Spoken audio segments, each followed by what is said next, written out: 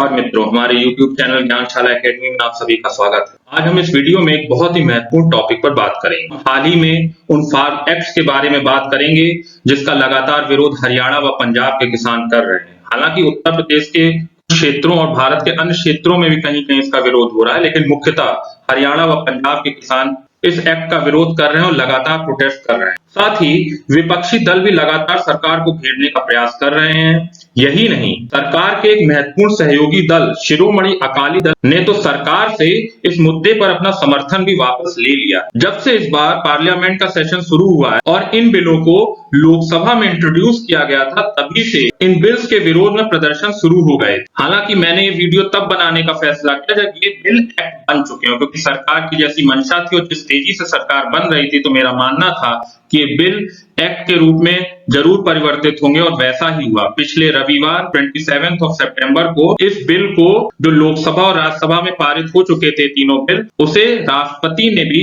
अपनी सहमति दे दी और अब ये बिल एक्ट बन चुके हैं। सबसे पहले इन बिलों को ऑर्डिनेंस के रूप में सरकार जून में भी लाई थी, लेकिन उस समय बहुत विरोध नहीं हो पाया कोविड-19 की वजह से, जो लॉकडाउन था इसकी वजह से। लेकिन अब इस महीने इस बिल का बहुत विरोध होता रहा है और अभी भी ये विरोध जब एक्ट बन गया है तो भी ये जारी है। हम इन्हीं बिल्स के बारे में आज चर्चा करेंगे। जैसे कि आपको यहाँ दिखाई पड़ रहा है कि president Kovind gives his note to all 3 farm bills, यानी कि अब प्रेसिडेंट कोविंद यानी कि प्रेसिडेंट ने भी इसको, इन जो बिल है तीनों, इन अपनी सहमति दे दी है और अब ये एक्ट के रूप में परिवर्तित हो चुके हैं और प्रदर्शन जारी है और इसका विरोध अभी भी लगातार जारी। तो सबसे पहले हम इन तीनों बिलों को समझते हैं, तीनों बिलों को जानते हैं, ये कौन से हैं, मोटा मोटा समझेंगे कि क्या है और बाद में हम देखेंगे आखिर इनके विरोध का क्या कारण है। पहला बिल है the farmers produce trade and commerce promotion and facilitation act 2020, जिसे कृषि उत्पाद व्यापार और वाणिज्य संवर्धन और सुविधा कानून 2020 भी कह सकते हैं। आसान भाषा में इसे मंडी बाईपास एक्ट भी कह सकते हैं, क्योंकि ये बिल, ये कानून, अब तो इसे कानून ही कहेंगे, ये कानून वस्तुतः मंडी, जो एपीएमसी मंडी है, उन्हें बाईपास करने से संबंधित है। कृषि व्यापार में उनकी भूमिका, उनकी जो मोनोपोली थी, उसे खत्म करने से संबंधित है। दूसरा बिल है the farmers empowerment and protection agreement of price assurance and farm services act 2020, अर्थात मूल्य आश्वासन और कृषि सेवाओं पर किसान सशक्तिकरण एवं संरक्षण अनुबंध कानून। वस्तुतः आसान भाषा में इसे कॉन्ट्रैक्ट फार्मिंग एक्ट भी कह सकते हैं, क्योंकि ये बिल कॉन्ट्रैक्ट फार्मिंग को लीगलाइज करने से संबंधित है। जो तीसरा महत्वपूर्ण बिल है वो है the essential commodities amendment act 2020, अर्थात आवश्यक वस्तु संशोधन कानून 2020। अब हम एक एक करके इन एक्ट्स को समझेंगे और देखने की कोशिश करेंगे कि आखिर सरकार इन्हें क्यों लाने का प्रयास कर रही है और सरकार की मंशा क्या है। पहला है the farmers produce trade and commerce promotion and facilitation act 2020। इसमें क्या प्रावधान किए गए? पहला जो प्रावधान किया गया है फार्मर्स प्रोड्यूस के ट्रेड को लेकर किया गया है कि ये अब बैरियर फ्री ट्रेडिंग ये अलाउ करता है। ये एक्ट अब बैरियर फ्री ट्रेडिंग अलाउ करता है। कहां? इंट्रा स्टेट और इंटर स्टेट, यानी स्टेट के अंदर हो चाहे स्टेट, दो स्टेट्स के बीच में हो, बैरियर फ्री ट्रेडिंग की बात करता है।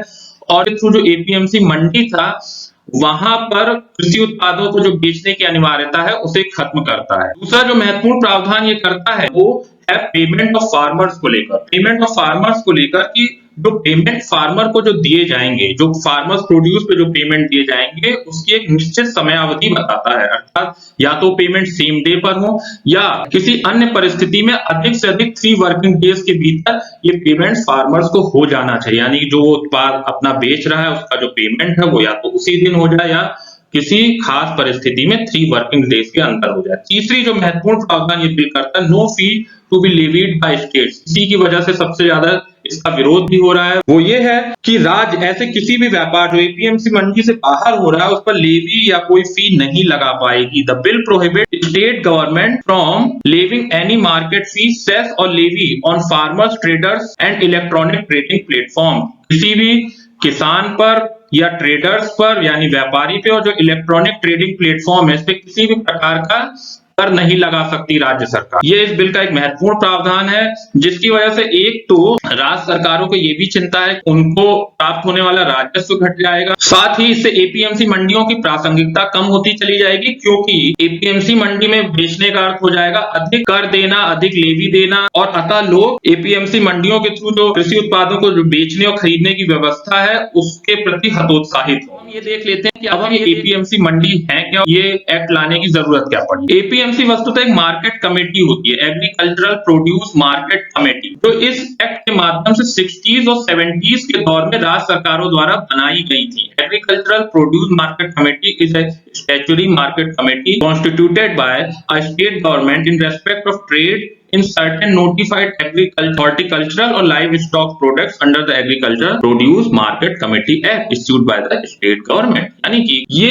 एक प्रकार से एक कमेटी होती है। वस्तुतः यह 60s और 70s के दशक में राज्य सरकारों द्वारा लागू किए गए थे, जिनके अनुसार कृषि उत्पादों को एपीएमसी मंडियों में ऑक्शन के द्वारा ही बेचे जाने का प्रावधान। कैसे बेचे जाने का प्रावधान था? ऑक्शन के द्वारा, यानी कि बोली लगाकर। ऐसा इस मंशा से किया गया था कि उस वक्त जो थे साहूकार, जो किसान थे, वो साहूकारों के जाल में बुरी तरह फंसे हुए थे।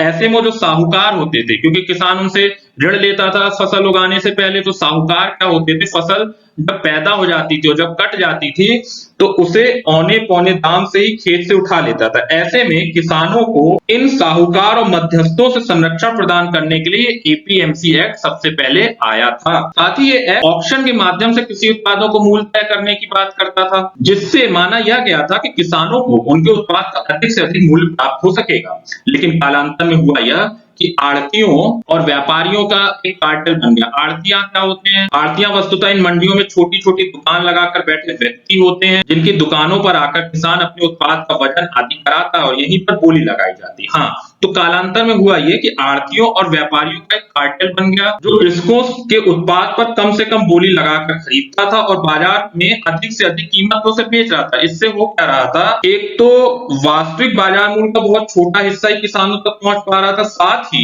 जिन व्यापारियों को इन मंडियों से उत्पाद खरीदने का लाइसेंस मिलता था, उस लाइसेंस पाने की जो व्यवस्था थी वो बहुत ही राजनीतिक प्रभाव और धनबल से जुड़ गई थी, जिसकी वजह से भ्रष्टाचार बहुत व्यापक स्तर पर फैल गया। तो ये जो सारी समस्याएं एपीएमसी एक्ट में आ रही थी। अब दूसरे बिल की हम बात कर लेते हैं। दूसरा बिल है the farmer empowerment and protection agreement of price assurance and farm services act 2020। आसान भाषा में कॉन्ट्रैक्ट फार्मिंग एक्ट भी कह सकते हैं। ऐसा क्यों?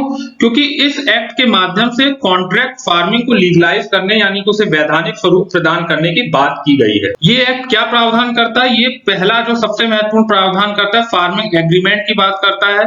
The bill provides for a farming agreement prior to the production, यानी कि प्रोडक्शन होने से पहले एक एग्रीमेंट साइन किए जाने की बात करता है। Prior to the production or rearing of any farm produce aimed at facilitating farmers in selling farm produce to the sponsor। ये फार्मिंग प्रोडक्शन से पहले एक एग्रीमेंट फार्मर और स्पॉन्सर के बीच एक एग्रीमेंट किए जाने का प्रावधान करता है, जिस एग्रीमेंट में सप्लाई कितनी होनी है, यानी कि उसकी मात्रा, जो उत्पाद है उसकी क्या क्वालिटी होगी, उसका क्या स्टैंडर्ड होगा, और प्राइस, किस प्राइस पे वो सामान खरीदा या बेचा जाएगा, वो सारे प्रावधान इस एग्रीमेंट में होंगे। अब ये देख लेते हैं कि स्पॉन्सर कौन होंगे। वो स्पॉन्सर कौन होंगे जिनके साथ फार्मर्स ये एग्रीमेंट करेगा? वो स्पॉन्सर हो सकते हैं, इंडिविजुअल भी हो सकता है, पार्टनरशिप फर्म्स भी हो सकती हैं, कंपनीज भी हो सकती हैं, और लिमिटेड लायबिलिटीज ग्रुप्स या सोसाइटी भी हो सकती है। साथ ही ये जो एक्ट है, दूसरा प्रावधान करता है ड्यूरेशन ऑफ एग्रीमेंट, कि एग्रीमेंट कितने ड्यूरेशन का होगा उस फार्मर और स्पॉन्सर के बीच में, उसके बारे में ये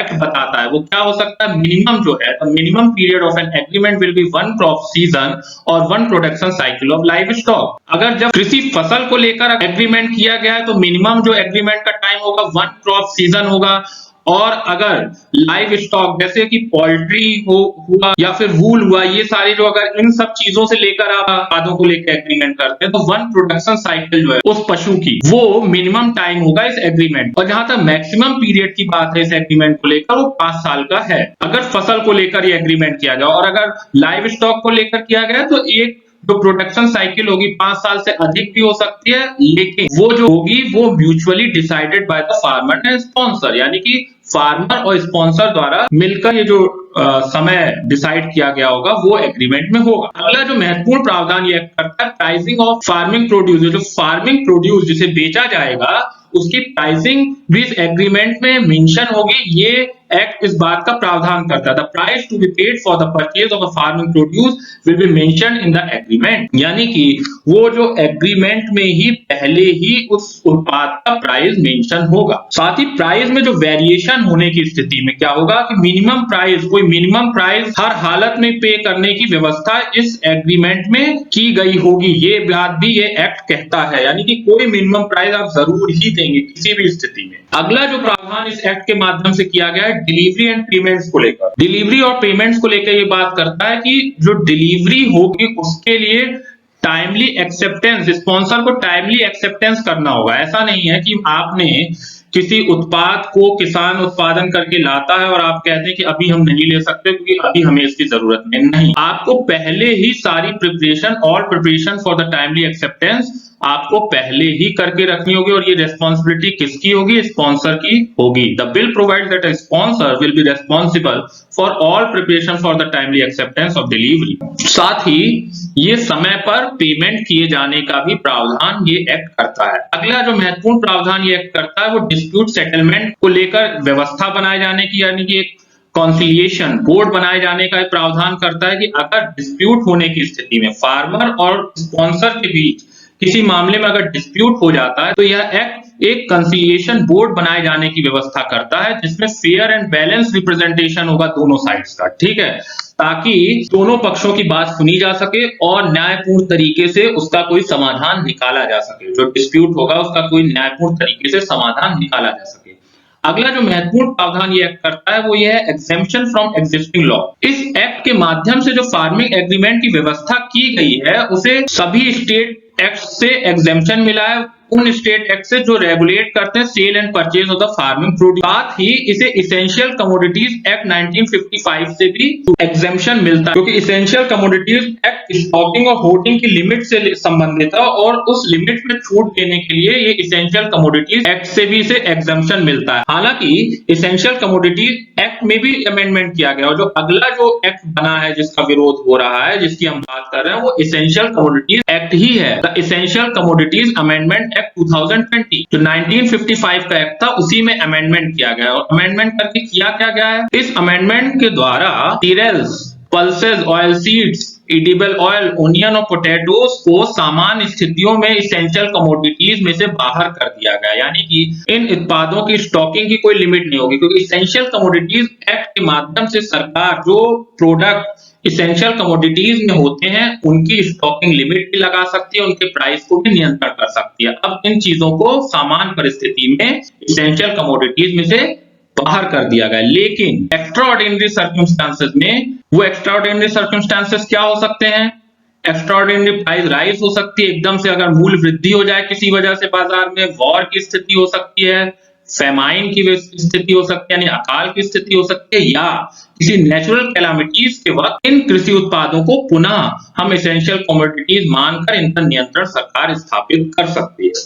सरकार का मानना यह है कि जो बाद के दोनों एक्ट हैं, वो चाहे कॉन्ट्रैक्ट फार्मिंग एक्ट हो तथा ये जो इसेंशियल कमोडिटीज अमेंडमेंट एक्ट है, कृषि क्षेत्र में एफडीआई और निजी निवेश को बढ़ाएंगे और जिससे जो कृषि की जो सप्लाई चेन, वो जो उत्पादन के स्तर पे जो इंफ्रास्ट्रक्चर की जो समस्या है, उन सारी समस्याओं से निजात मिल सकेगा। क्योंकि जब निवेश बढ़ेगा तो इंफ्रास्ट्रक्चर में जो कमियां हैं और जो इंफ्रास्ट्रक्चर में जो नए बदलाव की जो जरूरत है वो सारे हो सकेंगे और सरकार इसी उद्देश्य और इसी मंशा से इन एक्ट को ला रही है। ये तो मोटा मोटा बिल की बात हुई। अब हम लोग विरोधियों के तर्कों को समझने का प्रयास करेंगे कि why are these bills being opposed, आखिर इन बिलों का विरोध हो ही क्यों रहा है। पहला जो मुख्य रीजन है वो माना ये जा रहा है, जो विरोधी पार्टियां कह रही हैं कि ये जो बिल है यानी कि जो एक्ट है वो सरकार द्वारा इस प्रकार का जो कानून लाया गया है वो कोऑपरेटिव फेडरलिज्म की भावना के अगेंस्ट है। ऐसा क्यों कह रही है विरोधी पार्टी? क्योंकि कृषि हो अथवा बाजार हो, ये राज सूची के विषय है। ये राज्य सूची में जो एंट्री 14 है और एंट्री 28, एंट्री 14 है कृषि से संबंधित और एंट्री जो 28 है ये है आपकी मार्केट से संबंधित। ये राज्य सूची के अंतर्गत आते हैं, अर्थात ये राज्य सूची के विषय हैं, उन पर केंद्र द्वारा कानून बनाया जाना हमेशा गलत है, ऐसा विरोधी पार्टियां कह रही है। लेकिन केंद्र क्या कह रहा है? केंद्र का मानना यह है कि उसके द्वारा बनाए गए जो कानून है ये आर्टिकल 301 और 19(1)G के अनुरूप है, क्योंकि ये दोनों जो आर्टिकल हैं ये बैरियर फ्री ट्रेड्स की बात करते हैं और सरकार इन एक्ट्स के माध्यम से यही प्रयास कर रही है। दूसरा जो महत्वपूर्ण अपोजिशन का कारण है कि विरोधी पार्टी कह रही है कि ये जो व्यवस्था है ये एंड ऑफ एमएसपी की ओर ले जा रही है।